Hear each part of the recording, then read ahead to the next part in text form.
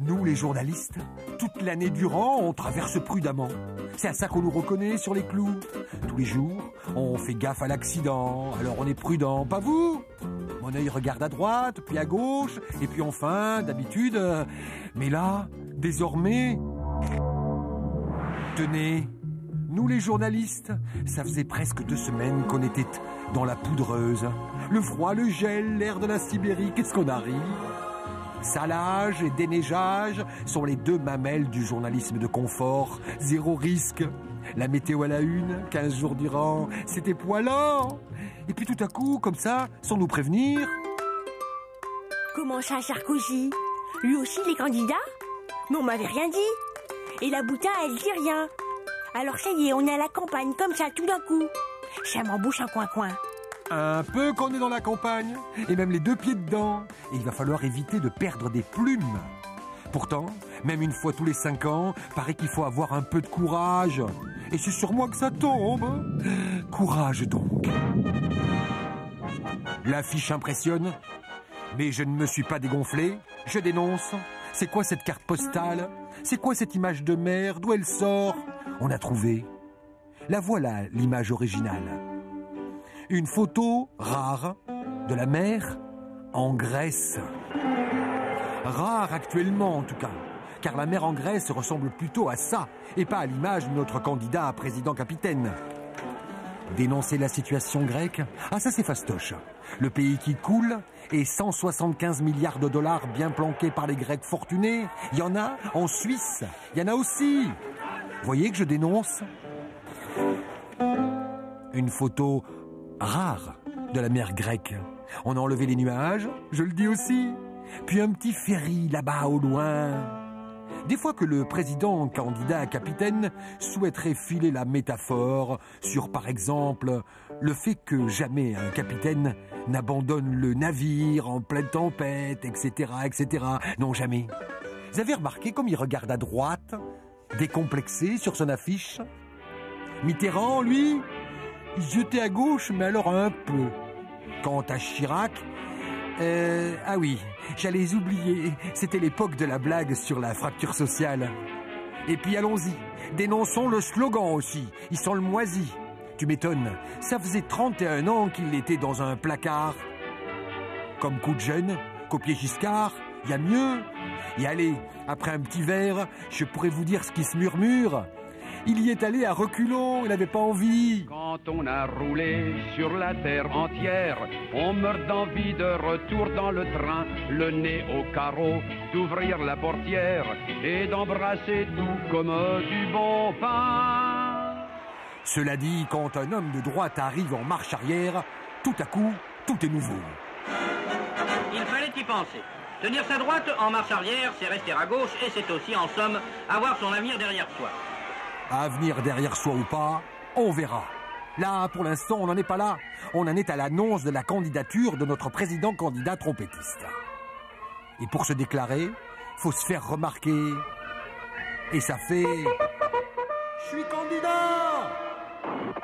Immédiatement, n'écoutant que leur courage, les flingueurs endormis depuis 4 ans se sont réveillés comme un seul homme. Alors je me suis dit, moi aussi, je peux y aller. Tellement rassuré par sa faiblesse, j'irais même jusqu'à vous montrer le degré de créativité des cybermilitants. Très poilants, gonflés.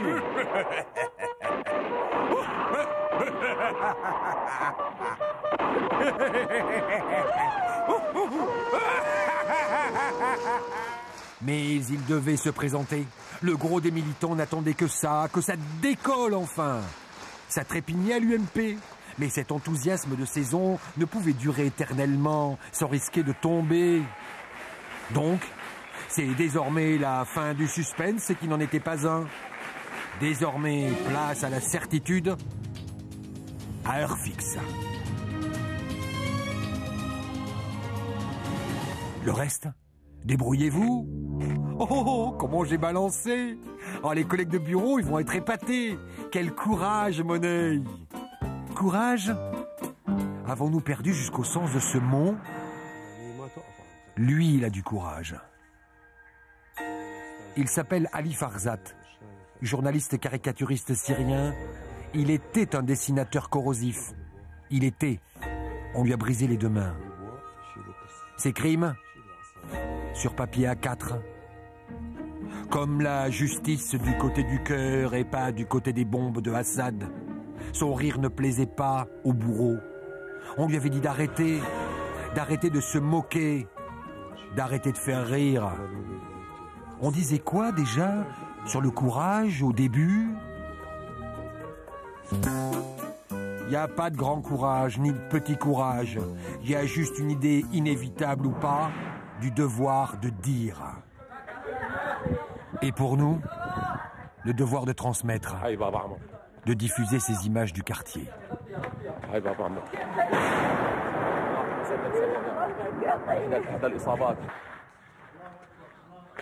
بابا عمر 11/2/2012 الله أكبر انظروا إلى الدماء. L'essoufflement de la peur. Une histoire comme des milliers en Syrie, au coin d'une rue. دماء أحد الأشخاص تم استهدافهم ليس في طلق ناري بل بقذيفة BMB ما أدى إلى احتراق المحل. الله أكبر الله أكبر. Continuez à filmer malgré la terreur. أغثنا يا الله. الله أكبر الله أكبر الله أكبر. Le courage de ne pas se contenter de son courage. أشهد أن لا إله إلا الله أشهد أن محمدا. Continuez à filmer jusqu'au bout. لا إله إلا الله لا إله إلا الله. ليس لنا غير الله. لا أحد يغثنا. بابا عمر بابا عمر. Dire le nom de son quartier, comme on appelle au secours.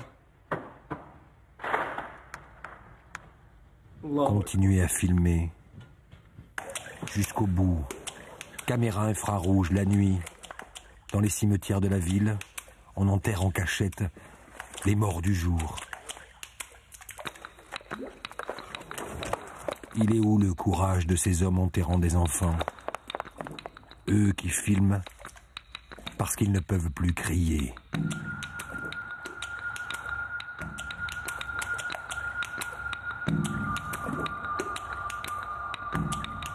Le prochain qui me parle du courage nécessaire des journalistes français dans cette campagne électorale recevra mon pied ou pas.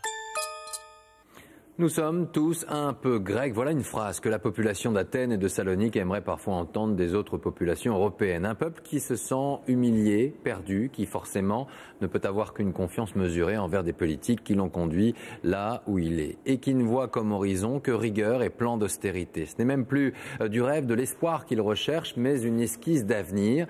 C'est là-bas que nos équipes se sont rendues à